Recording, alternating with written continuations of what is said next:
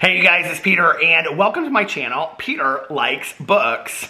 And I am doing something completely different over here today. I actually think I may have done this one other time on this channel, so this might be a repeat video for some people. But recently I read my entire book, the Before Now and After Then over here. So if you didn't go watch those videos, go check it out. I'm getting a lot of messages from people that are like consecutively watching them. They went back now that they're all done and complete, and they're just like putting them on the background and listening to them like an audiobook, which I think is fantastic. So there was an audiobook at one point, but it is no longer available. The book is no longer available. People are sending me like screenshots of buying the book for like, they didn't buy it, but they're showing it listed on like Etsy, or not Etsy, but eBay and things like that for like $700. I'm like, it's because it's out of print right now. Don't buy it for $700. Just listen to the videos. That's why I put that up there. But anyway, so many people have asked me to read some other things. I have many pages written of a memoir about me going through treatment, and I have, I don't know, tons of short stories that I've written through the years, and I have started so many novels, and I have 50 pages of one and 100 pages of another, and so people have asked me to read some of the other things that I wrote over here, and so I went down to my basement, of which is just it is a complete mess at this point, but like an organized mess. I have like all my books over here, and then I have all of my like albums over here, and all my photos over here. It's just crazy, right? But I went through all of my like college and high school stuff, and I found the literary magazine that I worked on and I wrote for when I was in college, and this is it. And this is from, let's see, I don't know what year this was. This was from the fall of 1993. So I was 21 years old when I wrote this story, and the story is called Lipstick Kids, and I'm going to read it to you right now. It's only 7 pages long. But I remember at the time, this story meant so much to me, and I really loved writing this story, and I, edited it, and I don't know, I did not go in and reread it before I was going to read it on here, so I will be as surprised as you. I do remember the story. I also took, this is me kind of patting my own back, but I also took a screenwriting class when I was in college. And I turned this short story actually into like a short like movie. Like I wrote a script for it and got a little award for it. I mean, I didn't film the movie. I just wrote the script for it. I have no idea where the script is for it though. But anyway, so this is called Lipstick Kids by Peter Monn. Lipstick Kids. Ruby, darling, in my dream, it was my mother who was calling for me. Her see-through white dress swam around her feet in the currents of a rippling stream. Ruby, time to get up. Actually, it was just Rose, screaming, not calling for me, over crackling bacon and her Jesus music. Reaching for my glasses, I knocked over a glass of water and then stepped in the puddle as my feet stepped out from under the sheets onto the wood floor. It was only 7. Usually I slept in until 10 or 11 on Saturdays. Ruby, time to get up. Don't make me come up there and drag your bum out of bed. I'm coming, I muttered under my breath before sticking my 4-day-old gum into my mouth, trying to grasp for any flavor left in the tiny piece of juicy fruit. Rose tossed 2 pieces of bacon and a slice of buttered toast on my plate before I had even sat down. Rose had already showered and dressed. Her hair was perfectly set, and her makeup, although almost unsightly colors, was perfectly placed on her face. Her left hand was flipping the bacon while her right hand was wiping the crumbs from the counter into the sink. I sighed and ran my fingers through my choppy short hair. Now, Ruby, I told you to go and get ready. Try to make yourself look nice. Do something, for God's sake, with your hair. Grandma, never Grandma, darling. Always Rose. You know that. Why the hell are we up so early? Do not use that language in my house. You are, though, going to see your mother today. She's in town and she wants to see you. Mama had come to pick us up. For 9 years, I had been waiting to show everyone she really loved us, and now she was here. I ran up the stairs before Rose could say another thing. Turning the corner to my room, I fell over something in the dark hall. Oh, it's you, I said, staring down at my little sister. See, Lippy, she said, staring down at a tube of lipstick. She's excited about seeing Mama, too. She skipped down the hall and into her room. Rummaging through my closet, I found a shirt of my father's and a new pair of cords to wear. Looking into the chipped mirror, I tried brushing my hair down, but decided to just slick it back. I fell into the seat, depressed that I couldn't be better looking. It was my curse in life to be a woman, yet representative of the male gender. Oh, Daddy, I sighed. Looking at his picture under the mirror. I could remember one seriously happy moment about my father. He had taken me to the fair. He put me on some kind of ride, a carousel, and just let me kept on riding and riding. Every time I go around, I'd wave to him and say, "One more time, please, one more time." After about 5 more times, if you watch my vlog, you know that's my aunt that used to do that. About 5 more times, I raised my arm to wave, but he wasn't there. I took the picture out of the frame and slipped it into my pocket. In the new town where Mama was taking us, I would show all of the kids that I really did have a daddy. The picture was my way of living with him every day, not just remembering how he left without saying goodbye. Mama was another story. She just packed up all of her things, told Rose she was never meant to be a mother, and drove off in her red pickup truck. Red had always been her favorite color. That's why she named me Ruby. And also because there had been the song on the radio when she believed I was conceived. Mama didn't name my sister. She was gone before she had time. Rose started calling her Mary. Blessed Mary, she'd say. But I knew my sister was a fool. She was 9 years old, never wore anything except for pink, and she would only talk to this tube of lipstick. I guess that's why she goes to the special school. The lipstick is the only thing Mama left behind. Ruby, come on. It's time for you to go and meet your mother. Rose didn't have time to drive us to the bar where we were meeting Mama, so we had to walk to the bus station in front of Judy Akers' house.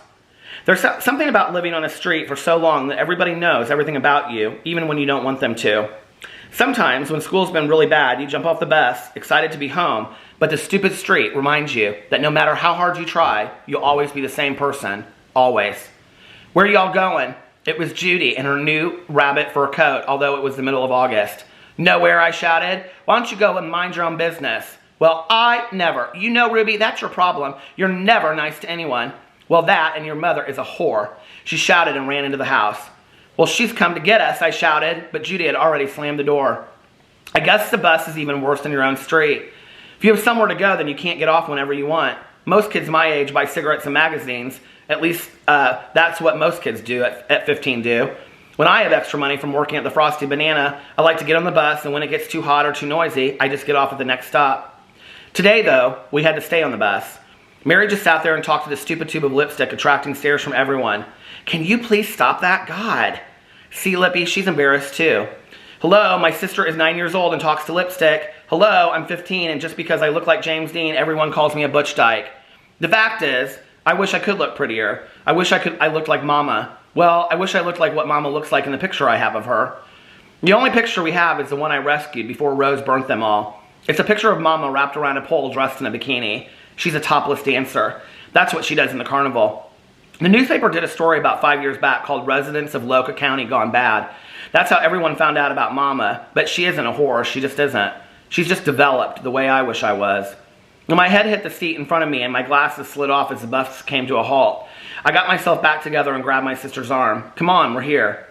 Why couldn't Rose bring us? I don't know. I think she had to go to church or something. Come on. I had known my daddy, at least for a little while, but Mary never had. I don't even think Mama knew for certain who her father was. Everybody said it was his fault that Mary was the way she was. What way, I'd ask, but everyone would just say that Mary was a gift from God. A gift from God. Pimples frosting her face, the worst shade of red hair possible, and she talks to lipstick. She may be a gift from God, but she is my personal hell. Come on, I said, smiling, trying to be a little nicer. She was all I had. Mary looked up and smiled back at me. Come on, Lippy, Mama's come to get us. We sat in front of Bailey's bar, which was where we were meeting Mama for almost an hour before some man in an apron came out and shouted to us. Hey, you kids, are you looking for Arlene?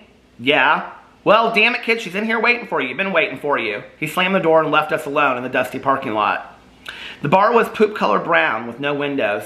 After 15 minutes more, I decided she wasn't going to come out and get us, so I held Mary's hand and together we walked in. I wasn't sure why Mama hadn't come to see us at the house, especially since she would have had to go back there to pick up our things. I was sure she had changed her mind and was back to pick us up. It had been 9 years, and maybe she was ready to be our mother again. The inside of the bar was dark with blue and red lights. The man who had shouted at us pointed to a corner away from the bar. I clenched Mary's hand tighter and walked over to the corner booth. She was there. Her hair fell past her breasts in curling clouds of powdery snow. She had on a black leather tank top exposing the size of her breasts, but hid her eyes behind mirrored sunglasses. Hi, Mama? Never Mama, always Arlene. She smiled and I tried. I really tried to smile back. This wasn't the woman I remembered. Our Mama had been so young and so beautiful. She took off her sunglasses to reveal puffy eyes with sores around the edges. How have you girls been? It's been so long. We're fine, I guess. Lippy, I don't think that's our Mama. It doesn't look like the woman on the pole. What the F is wrong with her, she hissed, pointing one of her long fingers, sharpened on the end, into what I would call a perfectly Cruella de Vil fingernail. What do you mean? That's just Mary. She's a gift from God. The lady before us began to laugh harder than anyone I had ever seen. Gift from God, she hissed again, blowing smoke all over the table. Mary just kept on smiling. If she didn't understand, I sure did. Let me tell you something, Ruby. Her father got me drunk and then took advantage of me. I thought you didn't know who... Yeah, well, anyway, let me get a look at you girls, she said, softer, putting her sunglasses back on while lighting another cigarette. I looked at the brand, Eve's, and decided I would only smoke that brand when I got older. Mary could stay with Rose. I would go with Arlene, and we would smoke and do our nails together. We would be a team. Now, the reason I wanted to see you girls today, well, really, I only need to see you, Ruby. I knew it. She decided to take me and leave stupid old Mary behind. The reason is that I need you to sign these papers to prove that I really am your mama. See, I got some money I need to get, and, well, you don't need to know the specifics. She reached for her glass, but realized it was empty. Hey, Bailey, how about another Jack and Coke? And she looked over at us. And 2 sodas?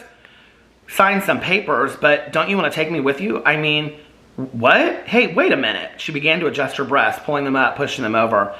Well, isn't that what I mean, you can leave her, just take me. Don't you want me?